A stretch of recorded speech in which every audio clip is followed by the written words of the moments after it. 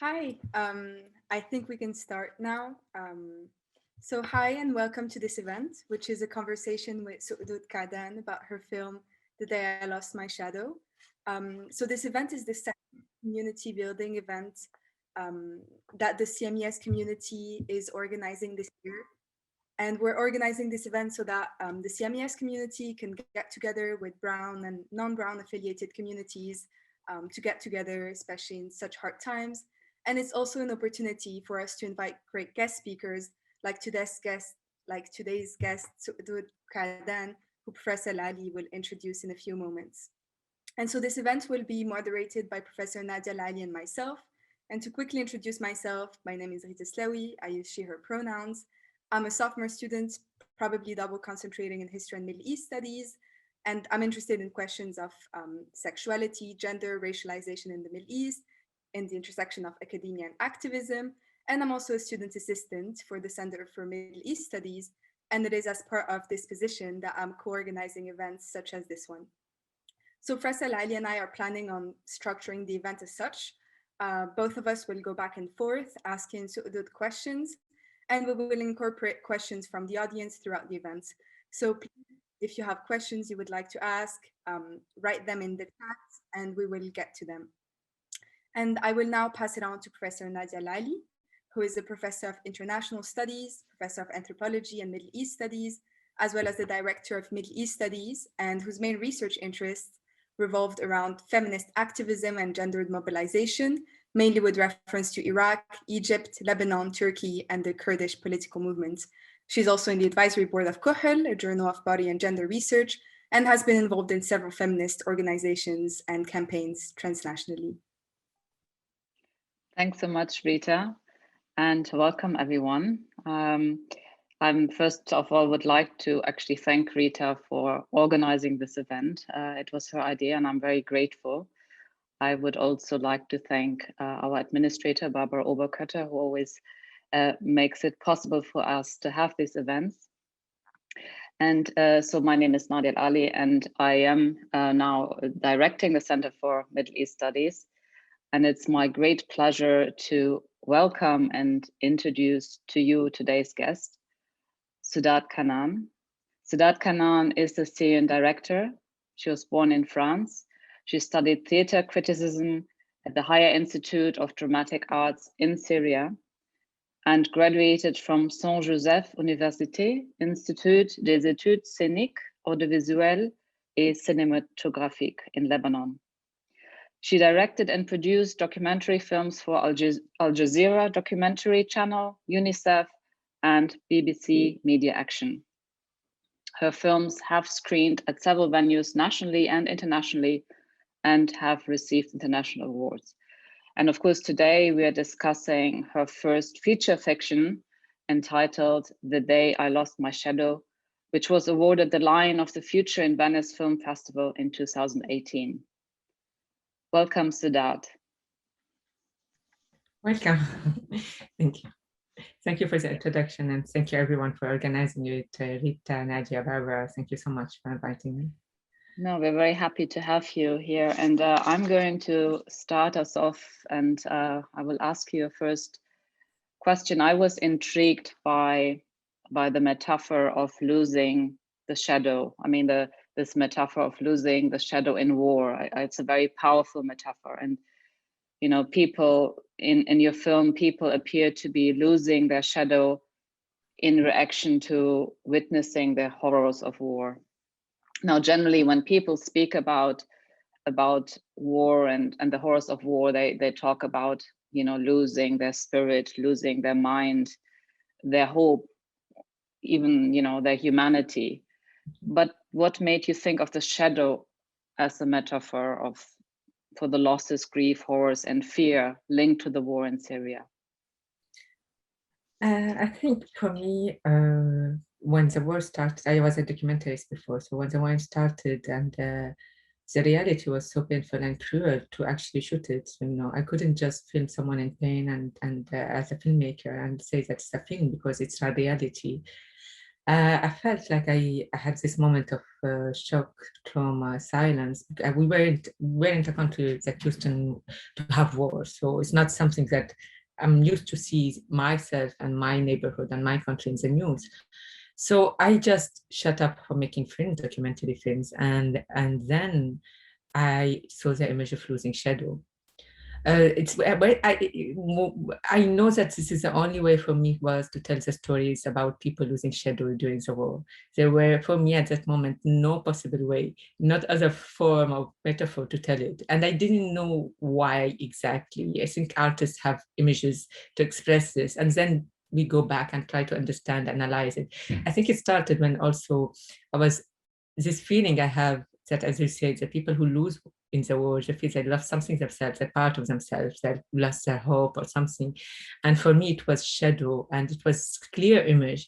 And what's funny is like, or paradoxically, like when I screened a lot of the film in different countries and in different regions, in different continents, and every time I go to a place where they lived the war, the image of losing shadow would be completely realistic for them, like something normal to express what happened during the war. So I didn't have to explain it a lot. While if I'm going to a country where there's nowhere, I have to go back and dig why I went to shadow and why so I saw first the image of losing shadow, and then I saw images of Hiroshima. I was trying to understand how history tried to reflect in photography and cinema horror. Beyond imagination, because what happened in Syria now is really horror beyond imagination. The effect of bombings, they said, is as similar as Hiroshima bomb on Hiroshima. So I went to those photos, and I saw those photos in black and white photos. I think you can Google it and see it. Since it was a nuclear war, everyone it was erased from the city, but their shadow stayed. It was a light bomb that burns their shadow on the ground. So I saw the shadow of people in the city, empty city, while for me it was, we were still alive, but we lost somehow our shadow. When I moved from Syria to Lebanon after writing the script to start the production and financing, and it was also not safe anymore to stay, I gradually understood this image as trauma, as when you're traumatized, you feel like this void of feeling and everything, like you lost your vision of the world is completely different before the war. We as a human being are completely different. Our story and how we relate to human being is different. So yeah, it's something I think most filmmaker, our experience, our metaphor, our images come from our experiences. And I, as a filmmaker, as a director, I see images first of my reality. But at that time, if you told me why you're telling shadow, like people losing shadow, I didn't know at that time that I'm a traumatized person, that I have PTSD trauma symptoms, this is kind of symptom of trauma, because I didn't know that they were trauma for. No one knew what happened. Like it was totally new for us. It wasn't like Lebanon was 20 years of war, or like Iraq, where there was at least 10 years Iranian war, very long. So it was totally new for us, and we didn't know how to handle our emotion and what is it, what we are experiencing. And once you leave the country of war, you try to process it. So I started to understand that what I was feeling is feeling of loss, of trauma. And how do you change as a human being once you feel that? And this is the ugliest, and you know this, the ugliest war as a civil war, because suddenly the person you trust can be the enemy. And that's, it's not somewhere far countries that you can build a stereotype of it and to protect the human being face of it. It's your friend, it's your neighbor who can be attack you in any moment. Yeah, I have to say the film, and of course what you say now, resonates so much with my experiences of Iraq, where you had very similar situation in terms of neighbors turning on each other, and also, where you have an entire population being traumatized. And I also know from my family who have managed to leave, that is another trauma, to be outside and, have also survivor guilt. And so, yeah, there's lots of resonance. I'm going to hand over back to Rita. Yes, thank you for these words. And I just also wanted to tell our audience that they're free to turn on their cameras if they want. So that this feels a bit more like a conversation. Yeah. And yeah, I mean, I have somewhat of a similar question for you. After watching your movie, I kept thinking, and I was really struck by the way the theme of death and the idea of death was omnipresent in your movie, but at the same time, it was not treated in the graphic way, but in a multitude of ways that offered space for many possibility. So a few scenes that come to my mind are, for example, when Sana goes to that place and the little girls take her to dig to dig some graves, and death is not necessarily spoken about, but it's still omnipresent. And another instance is when Jalal dies. So first there's some ambiguity on whether he's dead or not, and then he's shot again and blood is shed, and then we understand that he's dead. And similar ambiguity I think I felt in the last shot of the movie, when armed men go up the stairs and Sana kept the gas on, and death again and is maybe present in the atmosphere, but the possibility is not said, its sentence is not said. And so yeah, I was wondering if you could reflect a bit on the way you decided to address this incredibly heavy topic in your movie. I love your question. I think it's one of the deepest questions I have in the conversation. I think, when you are in Syria, you're not afraid of death. I think it's not the most thing that you fear from. I think it's torture. It's like losing someone or seeing someone in front of you being tortured or hurt or in pain. And that makes the death how you deal with death different from one moment to another. So it totally, and losing shadow is part of it, because it started as an idea that it isn't the worst thing to pass away. The worst thing is to lose your shadow in the film somehow, to be still alive and feel like you lost a lot during your life. But in the same time, how you treat death every day during the war is completely different than if you are in a normal situation. Like how I am now in London is completely different how I saw it and lived it in Syria when I was there. You see it every day, and you can't stop it, and you can't help anyone because you see the bomb going, you see the bomb falling, and you feel helpless in the same time. And this is the first expression that Sana, who's coming there and she doesn't know how to handle it, and she's still shocked with it. But when she goes there to the rural area of Damascus, they deal with death in a completely different way, as it's something normal and natural. They're actually preparing the digs before they get killed. They're preparing the digs as something ritual every day that there will be. And actually who leads her to the graves are the little kids. They were playing and having fun and tell her, like, we'll show you something. And they take her by hands, like they're showing her something that is, interesting for a kid to play around. Because death becomes something so normal, so part of the life, that somehow it loses, how we say, if it's something happening every day in normal life, somehow it loses what in normal situation be. And I wanted to show this, how kids are playing with it. And I think the horror of seeing kids playing with it normally, and the woman digging the graves of their family before that happening, for me, it's the feeling of it might be more shocking than actually showing a person graphically. And I refuse in any of my film to show any person, any Syrian, any person in graphic way. Not only for respect I have deeply for the human being and for someone who's in front of the camera, because also this is something definitely first reason. And the second reason, I think as a human being, as an audience, once you see something graphic, you shut down, you close your eyes and you don't want to see anymore. I didn't want the audience to pity us as a victim of war, to shut down, to see us as a human being, and to protect themselves, because as a human being, protect themselves from feeling of a thing. And we close our eyes and say, this is not related to me. I wanted them to open their eyes and to see the graves and say, this is exactly a person who looks like me, but he's facing death differently. And that's kind of also coming from my feeling that I didn't want to represent Syrian as media have seen them deformed victim graphic images. I wanted them to see in every moment that it could be you. Because before the war, we weren't expecting that we would be the news, a part of the news somehow. At the last scene, it's also reflecting about, actually there's two last scenes, which is, one is when Jalal is dead and the girl lose her shadow. When she see her brother, her second brother, she lost her second brother during the war, which is too much to any person to handle in a very short time. And you see the people actually celebrating it as a martyr.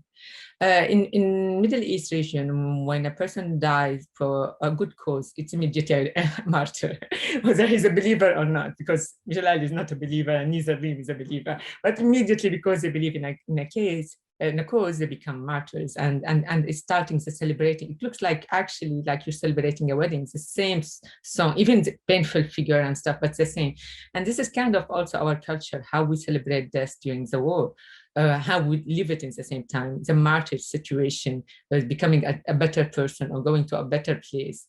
And this is also not only a part of our culture, also they're part of somehow a lot of religion. In Iraq, there's also a religion, what's called Sandain, where when you have to wear white and to be smiling when someone is dying, because it means you are going to another place, a better place. So there's this kind of image in the film. And the last one, which is for me, the most horrible image for Syrian, is not to die, is not knowing what you will be and where you will end up and how you will be tortured at this moment.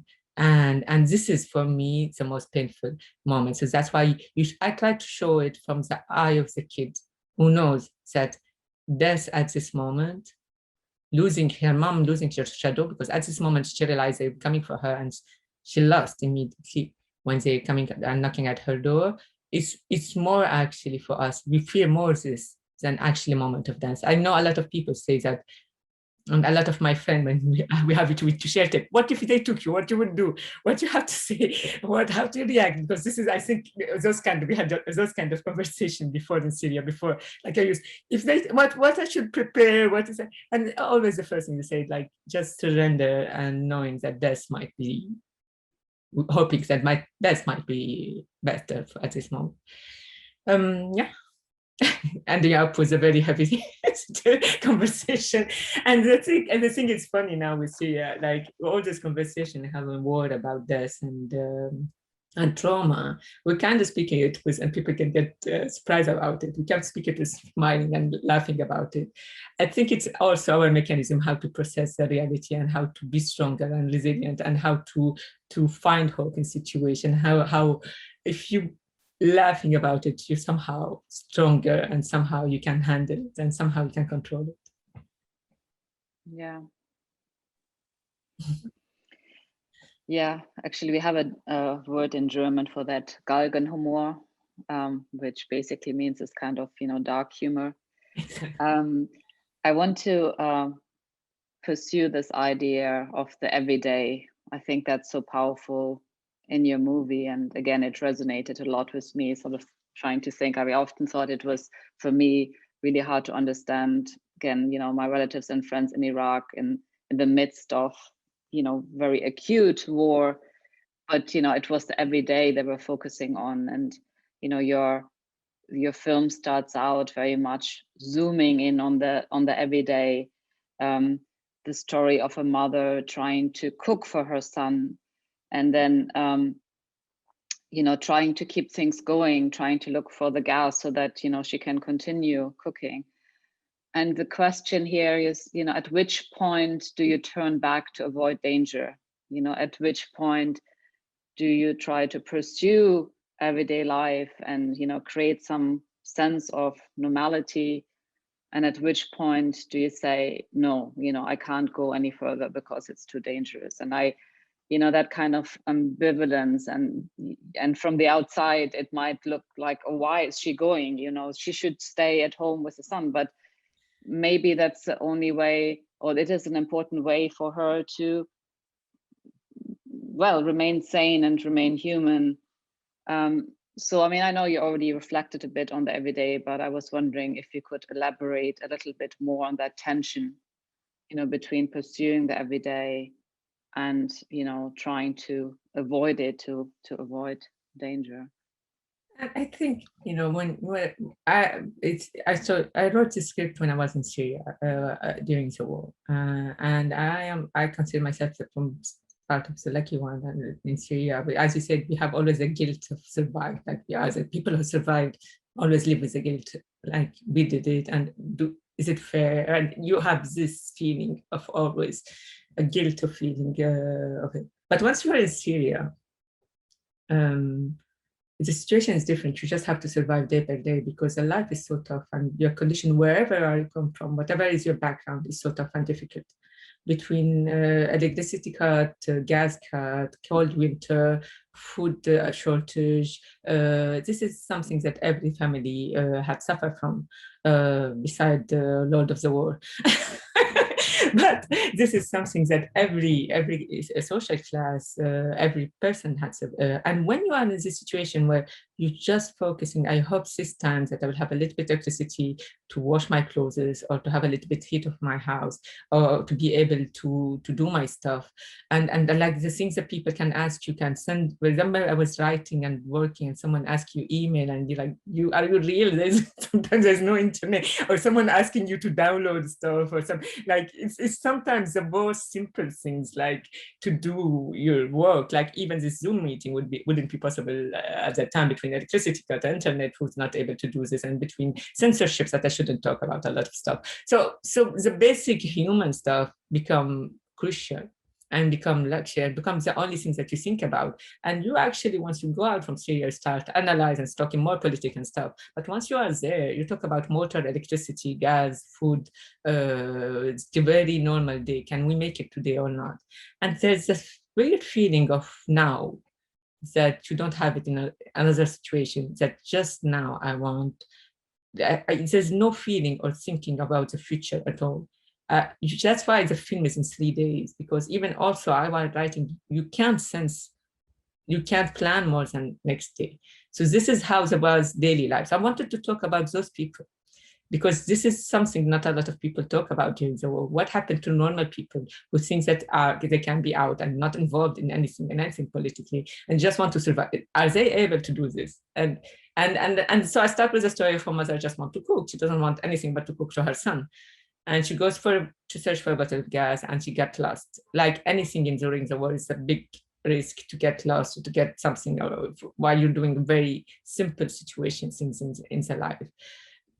Yes, for me it was the impossibility of to do normal thing while trying your best to look normal. At the end scene of the film, when they are having dinner, there's no electricity, and she knows that they will, and the kid knows, because you tell her, they came for you, I'm angry for you, and he's screaming at her like he's that, like he's the husband of that, but actually the kid is screaming like, they came from you, why didn't tell you where you are, and stuff, and he's sad and stuff. And she and both of them know that they will come at get her in one point, and they're still trying to have a normal dinner, laughing and sharing food together, happy that they would be able to cook. I think, and even my second film that I'm preparing now, my feature film, in more situations there's more a desire and a need to act normally, even in the most abnormal situation, just to survive, to feel like you are still a human being.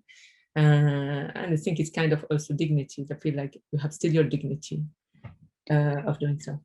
Yeah, and so having talked to people, I mean, in different contexts, whether it's in Iraq or also Turkey or Lebanon, there also seems to be this paradox that linked to the attempt to, create a sense of normality through the everyday and live in the present. And of course, then, human relationships of all kinds become much more intense and gain a different meaning, which sort of allows also for a moment to become so important. But what I also always found so fascinating is that people describe to me this sort of intensity of the moment, in some ways making them feel more alive. Exactly. At the face of death. I feel that this also comes across in your movie. The desire for life, love, human relationship, connection, the appreciation of the moment, the appreciation of life, all the emotional extreme. That's why every emotion at this moment is extreme, and and had different meanings than normal life you can have. Yeah, before I'm going to ask Rita to follow up, I'm going to invite our audience, if you have any questions or comments, if you can put it in the chat function, that would be great. Rita, would you like to follow up? Yes, and thank you a lot for your reflections on, the importance of normalcy and all of these emotions being heightened in that time.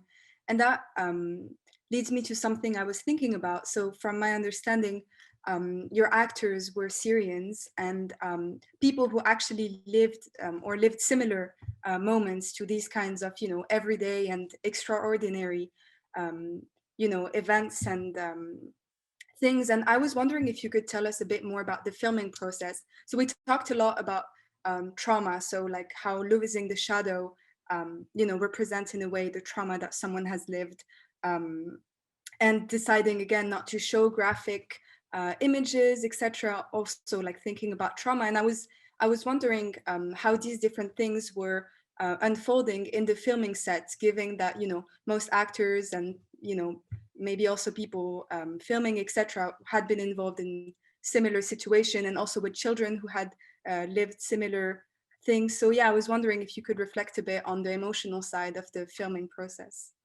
It is. It was an emotional, and I think still until now, even 10 years after the war, and still emotional because the war is just here. Our families are still there, our relative friends, and are still there. And for me, because I felt like as a filmmaker, I lost my location of shooting. I lost where I can put the camera everywhere and know how to take the film.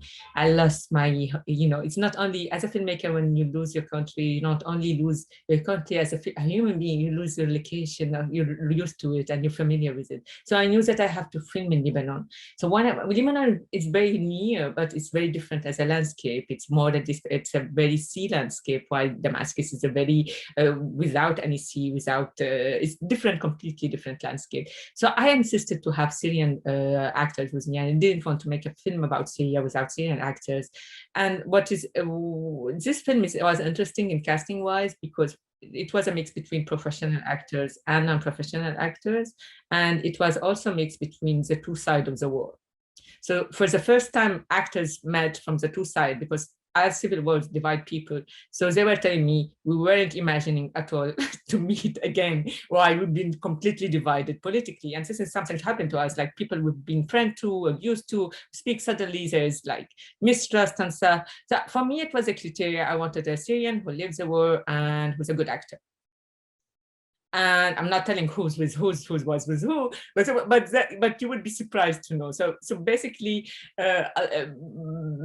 there's actually two roles in the film where they represent top opposite direction for them, which is a very important role. So this is something I want, and so that happens this moment when they say we like each other, but actually we enjoy working with each other. Why it never happened before? Why it only happened in this thing? So we had this weird conversation first of Syrian after divided, looking in the same set and feeling as a team again, and feeling the most important is just to talk about the war. And then the war was just not far. It's just half an hour away. So it was also the emotions that we are playing something that's just nearby. It's not in foreign country. We are in Lebanon, who lived the war, and Syrian is here and talking about a war. Don't forget that we shot the film in 2018, I think it's 2017. So it's also a lot of emotion going on. It's still the war. It was at peak also at this moment. And you can see it actually, for example, as a scene of Jalal when his sister discovers that he's dead, and you see that those people taking him to the funeral, and they shout martyr, and then so I had one professional actor in it between them, and the other are non-professional, so it was a mix of non-first time or something. So I started the scene, and I say we prepared with actors, and everything went well, and have direction and rehearsal, and then I said shooting, and I shot the scene. I was like, wow! I was like amazing. I had amazing emotion from the actor, and then I said cut, and And they kept continuing. And I kept saying, guys, did you tell them it's cut? And then the first assistant director came to me and said, yes, but they're still crying. And I said, so I knew that's something beyond the film, you know. So I didn't, I said, I standed with the cameras off, waiting for them. And then I approached the actors, and it was this father who lost his son and he couldn't cry him, has run away fast. So he didn't do a funeral for his son. And it was this girl who lost her brother and she was crying her brother.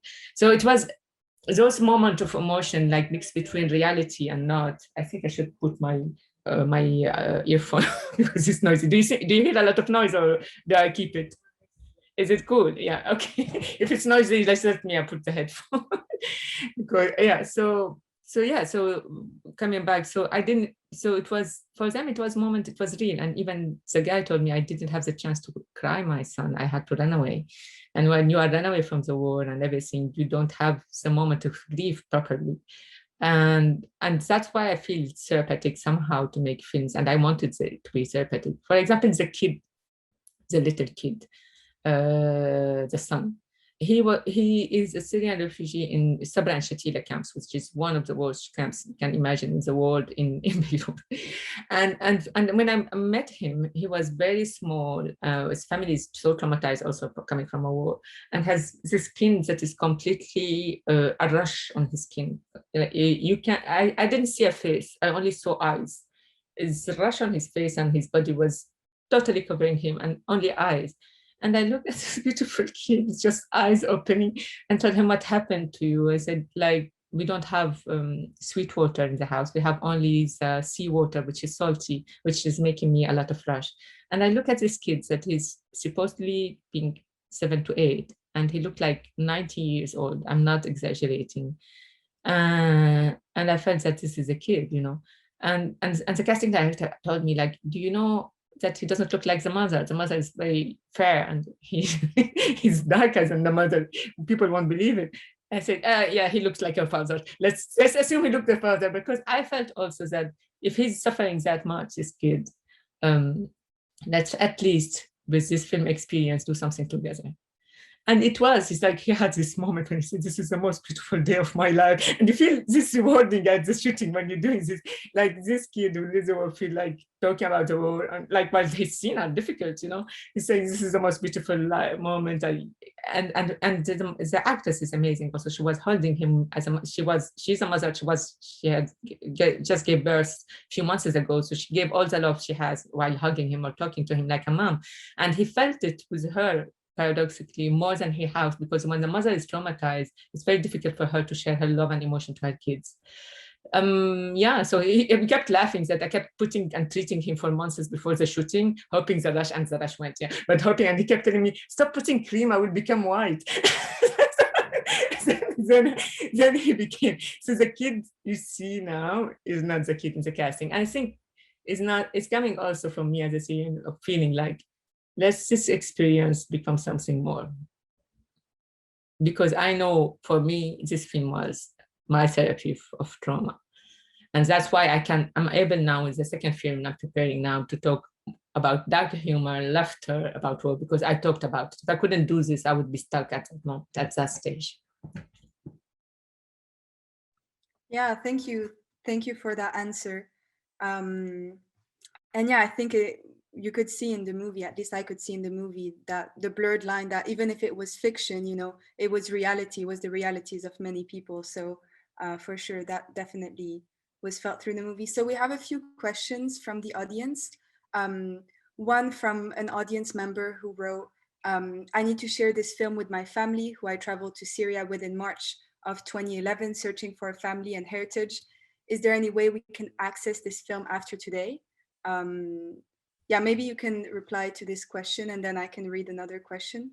Yeah, it will be streaming on Netflix very soon. I think it will start in the start of May. I don't know exactly which day, but mid-May or something, it will be streaming on Netflix. So yeah, it will be worldwide. So hopefully you can share it and watch it there. Yeah, thank you for that answer. And I think it's great that the movie will be available for more people, and congratulations for Exactly, that. because our films are mostly in festival, and I had this. It was a festival around, but rarely our film, art house film, especially with film as it resists the normal narrative to talk about Syria, because there is some expectation of talking about Syria and some way how to talk about Syria and how to represent us. In this form of film where you resist of the way of how to tell our story, it's not as easy to get more access and to be beside festival, art house film festival. So I was happy that it is, and it will be also screened with my 2 short movie, Aziz and Research Bird. So yeah, thank you. Yeah, that's great. Thank you. Another question from the audience is, I think that your movie has similarities with the Palestinian movie, The Present, the way you both describe a tragedy from a point of view of normal people and daily life, sorry. Is this linked to the fact that you, the directors, are both women and less interested in war actions? It's a nice question. I think, I love The Present. When I watched it, I was very moved, and I felt like this is something I would have easily, would have loved to say. It's something that this is how I love to tell stories. So I love the question because I didn't make me think maybe because Farah Nablsi also is a filmmaker, woman that lived in Palestine, she wanted to tell. I think for me, what was very moving in this film is this moment with this little girl. When she, her pants, and she can't say it to her father because she's afraid of his father. She doesn't want to tell him about what happened to her. And this very small detail, or the end when they push the fridge and go back home, as it's the most important achievement of the day, just to get the fridge. Exactly, just to get gas, just to be a human being. It's how difficult it is, this journey. I think as women, this is also something written in my director letter in this film. I wanted to tell the story, what happened when men go to war and leave their houses, having arm and stuff and fight. What happened to those houses, leaving their kids and women? And I think also something happened in Iraq also, that or even in Iran, and once men go to war and start fighting, they leave the woman in charge of the houses, and she become actually stronger because finally she has control of the house. She had more the decision to take, and she has a stronger role in society, and she has more able to take decision and go to work and stuff, and it changed and shifted in society. But unfortunately, what we see is the opposite. Once the war ends, that they give back the normal role, the traditional role of women. So I'm hoping that this is the change we see now in Syria, that some women have a stronger role and become stronger and more vocal and doing more work and stuff, that once the war ends, they would still have this shift in society. So but go back to the question, yeah, I think we as a woman filmmaker will not to be, there's a lot of people who resist the idea of woman films and woman point of view. But I think it is somehow, we as a woman, we try to go to detail somehow to human beings, and actually just seeing the bomb falling and seeing action movie about what I call it voyeurism in French, voyeurism of action war movie, when it's more important to see the bomb and the battles and what happened inside the house, the small story around the house.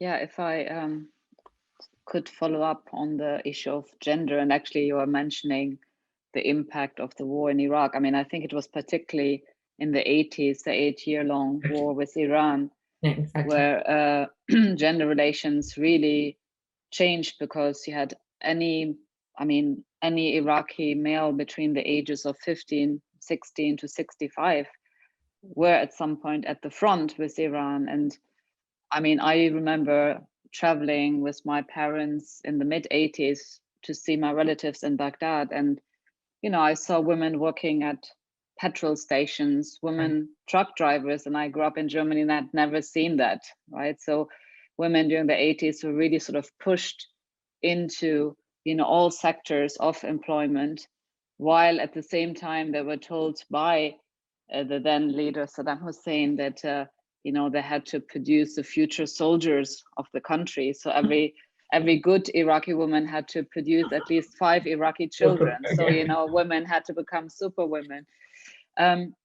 But, you know, looking more carefully at your film and gender relations, so the most obvious ones are, of course, mother and son. So that's Sana and Khalil.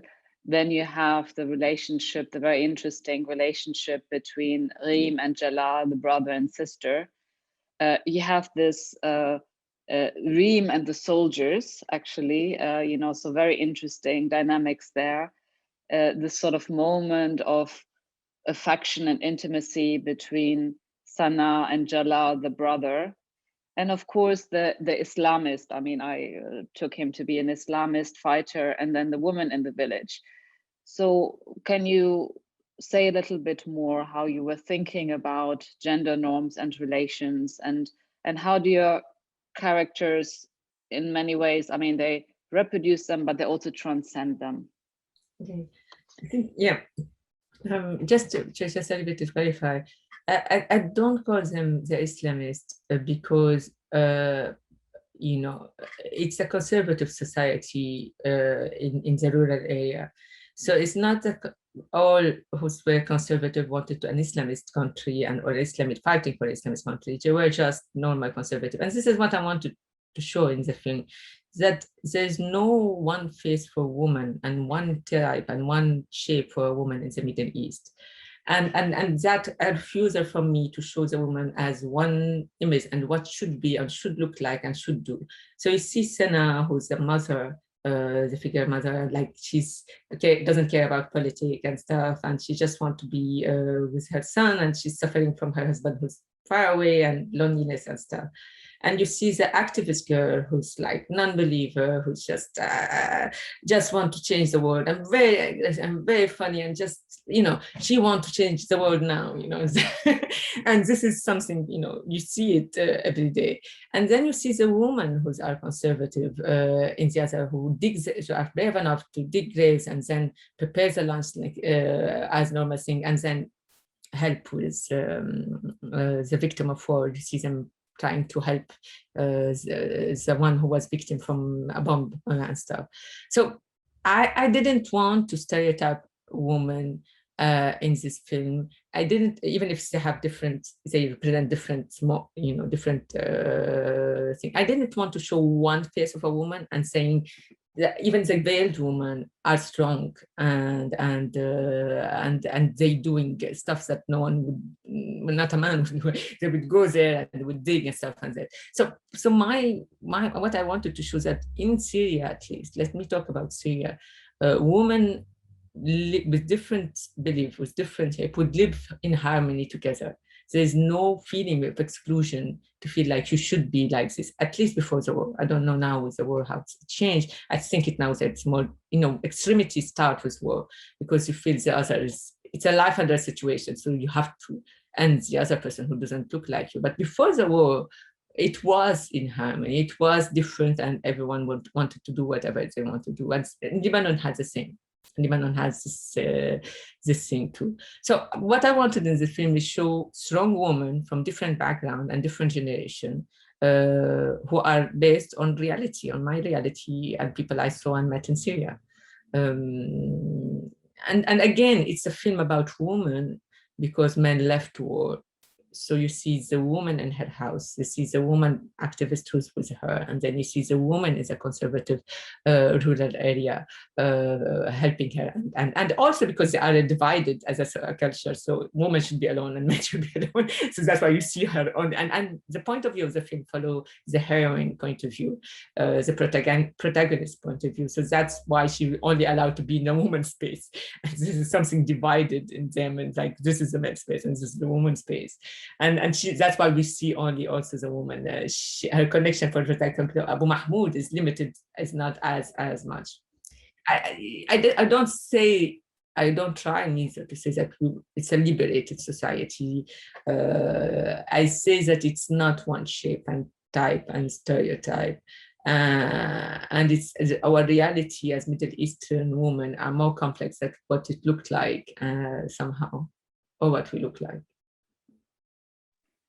Yeah, I think that comes across, but you know, the woman and man space. I mean, I also actually thought was interesting though that Reem, is it Reem? Yeah. So the sister actually at some point manages to transcend that. No, when she, you know, she smokes a cigarette and she goes into the car with the sort of non-Islamist, but the conservative rural activist, and you know, joins the man in the protest. So there are also there's also transcendence in your film. Yeah. Something shifted, you know. Before the war, the situation of this woman sitting with him and him accepting it, it wouldn't happen. And this is something we saw just the beginning of the war. Say in Arabic, الحراك. Just at the beginning of it, it was everyone was in feeling of hope and change and stuff. So the society somehow became one and more tolerated to each other and just one cause. And now completely different. Now, you know, now it's not what it started, but maybe this situation wouldn't be as normal as this moment in the film as years later. Yeah. Yeah. Thank you for that. I mean, I definitely saw that through your movie that, you know, characters were going beyond stereotypes and also showing changing gender relations. And I was wondering how your movie was received by different Syrian audiences. I mean, you say that it shows everyday life, unlike other movies that might show more like graphic elements. And also, yeah, actors were from different political opinions, and yeah, it shows diversity of lives and of women characters. So yeah, I was wondering if you could tell us a bit about that, how it was received by different Syrian audiences. It was a roller coaster. Sorry, sorry to interject, but also actually internationally, and especially since, you know, you said it will soon come on Netflix, so it would be interesting to find out about that as well. Sorry. No worries. It's like, I think it was a roller coaster emotional journey with the film and how I presented and how I did it. When I'm not a person who speaks politically, I prefer to talk human. And that's why I love the question you asked, ladies, because it's really usually when a filmmaker from Syria coming, they don't want to talk us about film and cinema, and suddenly they talk to us as a political analysis of the situation. I would say you would and should invite an expert about it, while I can talk about movies and stuff. So there's also this expectation of not talking about rich conversations that we had about politics and about language and films and stuff. And as a filmmaker, I'm clear with my point of view. This is how I talk, and this is how about the situation and my realities. And talking all the time about humanistic approach about the world. So when the film started, because I'm that kind of person who not in propaganda, and you can't label it in a very clear label, all Syrians were happy. It was a proud moment. I did at this moment that it was the first film we won in Venice. The team is from both sides. The people was very proud about it, and I had this speech when I received the award, dedicating the film to Syrians inside and outside, and for a better future. So we had this feeling that this film was for everyone, and I felt it, like the reactions and emotions that I had at this moment internationally, because it was in Venice. Like, imagine a small film, I produced it with my sister. It's very difficult on how to do it, and then it won in Venice the best debut film with big budget movies and stuff, and without publicity and anything, and then dedicating the film to Syrians at the time, were very proud about it because they also was proud about it. There were other films, Syrian films done at that moment.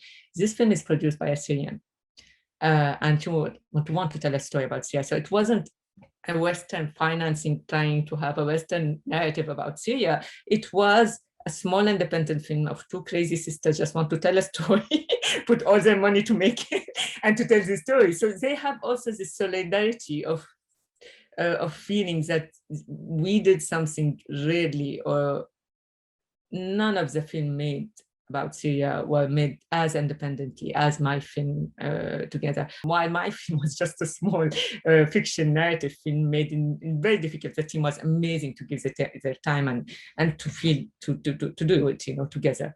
So we had this feeling of like, she's one of us. She's not going us with some agenda or propaganda and telling a simple story about women losing gas.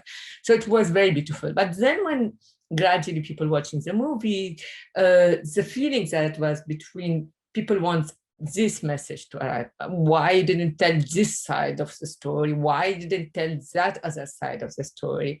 And I have those very beautiful debates sometimes, and very hard debate, like why didn't tell this side of this small of this, like it's about people losing shadow in the war. And I can't, and I've never like tried to present myself as someone who will tell all the war in one film. If you want to talk about Syria war, you have to read books and books about it. And I'm not analyzing the war of Syria. I'm telling the story of a mother and people emotional journey during the war. And sometimes some people, when they are in heat of the emotion and of hit of self, you have to be either black or either white, or you have to do that. So sometimes I had this extreme reaction in one screening in Italy, why you didn't tell something about it? And then other moment, I have people hugging me and crying and thank you for telling this story. And just literally people I don't know. So I was get used to standing at the screening in festival, and I know the first person who would be crying and hugging me would be Syrian. I would know, and I wouldn't know the person. I would hug her or him, and I would understand what saying, and then she would tell me like, at the beginning of first screening, I would ask, do I, because I'm hugging you, don't we know each other? Maybe I forgot or something. And then, no, it's just people like me seeing who felt someone sharing the same pain. So I didn't ask anymore, do we know each other or something? Just the films that we shared and this moment we had. But that on the Syrian level. But let's talk about internationally. I felt, as I told you, it depends when you screen the movie. It wasn't a mainstream movie, to be honest. So it was also the films that's trying to resist the narrative, to resist say things, doesn't say. And if you want to hear someone talking about Syria very directly, this is not the place to watch the film. It seems that it's right with very few words to tell and to try to reflect the emotion journey of the character with the movement of camera. The camera, once it's very hard to speak, when the sister, Reem, realized lost her brother at the tree, and she say he'll never come back. The camera leaves the character and go to the tree. As a traumatized person can't see it, it would be focusing on something completely irrelevant because the reality is so difficult. So I try to, my movement of camera, to express emotion and trauma and stuff, and to work on it and experiment in how to do it in my language, in film language. So it's not also very easy film to watch. So I had a huge success in festival. It won in Venice, in LA Film Festival, in different one also in Valencia and stuff. It was a lot. It had a very good, nice journey. I was traveling around the world with it. And I was lucky to see the reaction from one country to another. The most, for example, the most emotional reaction I had for the film, it was Italy all around, whether in Venice or it was in Rome or Florence. I think it's not maybe because Italian I went, for example, to screen the movie in a very small island in Calabria. It's a very small island in Italy, and it's an island that's known also only as being a mine factory during the fascist area. So it's not known for filmmaking, nothing and stuff, just a mine factory. And when it's left, all the people who worked there, they didn't do it. Carbon, yeah, exactly. Thank you. Someone corrected me. Yeah, so I went there and I was worried, like, this film about Syrian war and just people from mine, people are invited and will be connected about the movie. The movie is a little bit not direct narration. So I was worried, as a director, when we are in the screening, we'll get worried. So I was like waiting at the end of the film, and I was like, yeah, hopefully. And then also another woman came and hugged me. I was crying. And I was like, this is not Syrian. And she's hugging me. I said, I understood the mother. I understood her. And I was like, it's those emotions, you can find it in different cultures, in different moments. It really resonates. I don't know what she lived through, because I think she was around 80s. But her feeling of crying literally and hugging me to tell me I understood, and she wasn't speaking English, so I don't speak Italian, so she was talking to me and I was hugging her, telling me about it, and it is a special moment. It is. It feel like. So this is what I keep for convenience. I definitely pronounced it wrong. This is what I kept. This moment of this lady felt connected to this war movie about Syria in a language that is, I thought, is not mainstream.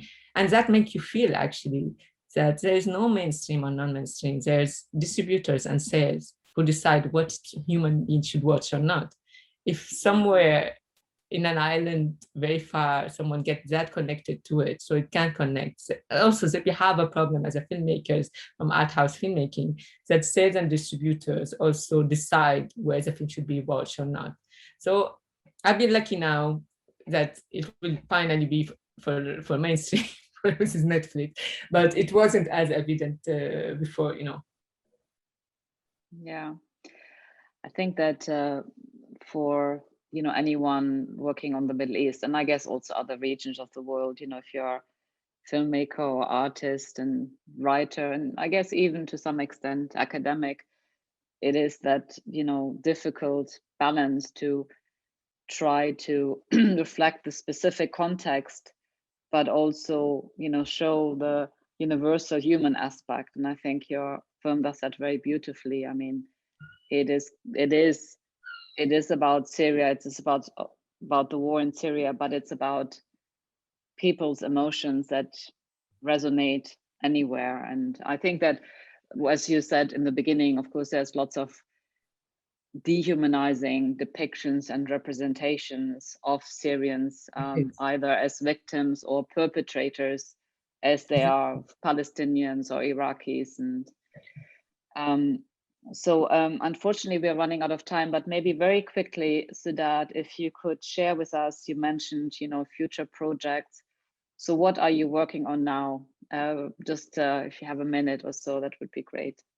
So I'm working on my next feature film, which is title is Nuzur. I didn't translate it, I kept it in Arabic, Nuzur, which is a very difficult word to pronounce.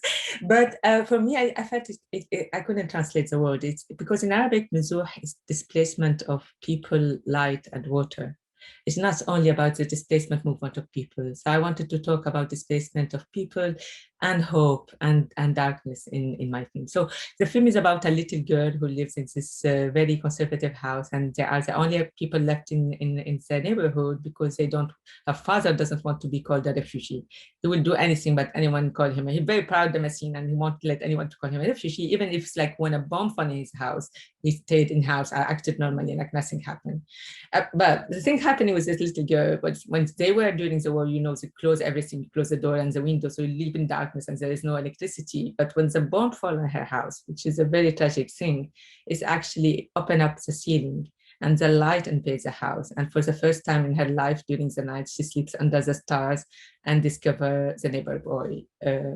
So it's about finding hope, finding humor, also resisting stereotype, because we are talking about a refugee someone who's not a refugee yet, who's refusing to be a refugee, while all the story is about someone who are already a refugee. So it's another side of story, what a human being do everything not to be, and how he resisted until it's craziness, completely craziness, until at the end he has to surrender. But yeah. Yeah, well, we are looking forward to seeing that. Thank you very much, Soudade. I mean, this was so interesting and moving, and I hope, and also thank you, the audience, for joining us. And I hope if you haven't seen the movie, you will do so now, and encourage your family and friends to watch it when it is available on Netflix in May. And meanwhile, Soudade, will be looking out for your future work. Thank you very much. Thank you. And thank you, everyone, and thank you for the questions and the audience. I'm happy to see the names and recognizing them. Thank you for inviting me. It was and the question. Yeah, I hope more conversation about film would be from Middle East like this, not only in this situation. Yes, yes. And we will have a recording which we'll be making available, so we can also circulate that, and we'll send you the link, and it will be available on our website. Okay. Okay. Thank you. Bye bye, Have a nice everyone. evening. Ciao, ciao. Yeah. Bye bye.